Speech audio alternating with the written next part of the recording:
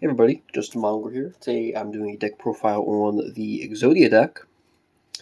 Not really much to this deck. It's a pretty simple deck, pretty inexpensive as well. I think the most expensive card in this was probably the Exodia set, which was like, I don't know, like $8. Anyway, starting off, you got the pieces of Exodia, all 5 pieces. Pretty self-explanatory. Next up is triple legendary Exodia Incarnate. I play 3 of these. I see people play ratios of 2 to 3. I personally like 3, although it is kind of bricky sometimes. Next up is Triple Card D. Pretty good card. You get to tribute this card. The turn it's normal summon, you get to tribute it, draw 2 cards, and it becomes the end phase. Not bad. Definitely pretty good draw material.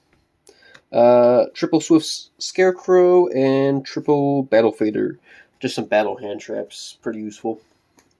Rounds out the monster count. For these spells, we run triple Dark World Dealings, triple Pot of Duality. I play 2 Hand Destruction. Hand Destruction is an alright card. Sometimes good, sometimes it's bad.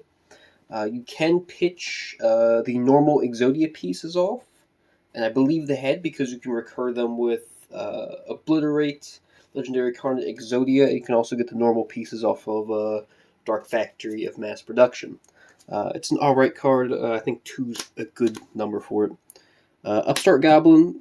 There's absolutely no downside really to Upstart Goblin, because you're not going to be dealing life point damage really. Your main win con is just drawing Exodia, which this deck's pretty good at. 1 day a piece, pretty useful card. I forget this card even exists, to be honest. It's pretty good in this deck. 2 Magic Planter for our Obliterate. I think 1's alright, 2's okay. Any more than that's just kind of iffy. And finally, 2 Dark Factor Mass Production. You can probably bump it up to 3 if you want, but I think Legendary Carnate and Obliterate get you your Exodia pieces back pretty good. That rounds out the spell count. And finally, for the traps, you run triple Obliterate. There it is, I was looking for it. This card's pretty cool. So when you flip it up, you can activate it. You can pitch a Exodia piece from your hand or deck to the grave to destroy a card in the field. It can only activate it once, and it stays up for the rest of the game while it's active, so you can't use it the next turn. It's a soft once per duel effect. And when it's sent from field to grave, you get to add an Exodia piece from the grave to the hand, which is pretty good. Next up, triple Mirror Force. Pretty self-explanatory. And finally, triple Legacy of Garasu. We just use the effect just to draw off of Legacy. This deck's pretty fun, to be honest. It doesn't have much strategy in it. The most strategy I can think of is whether or not you want to pitch an Exodia piece off of hand destruction or something like that.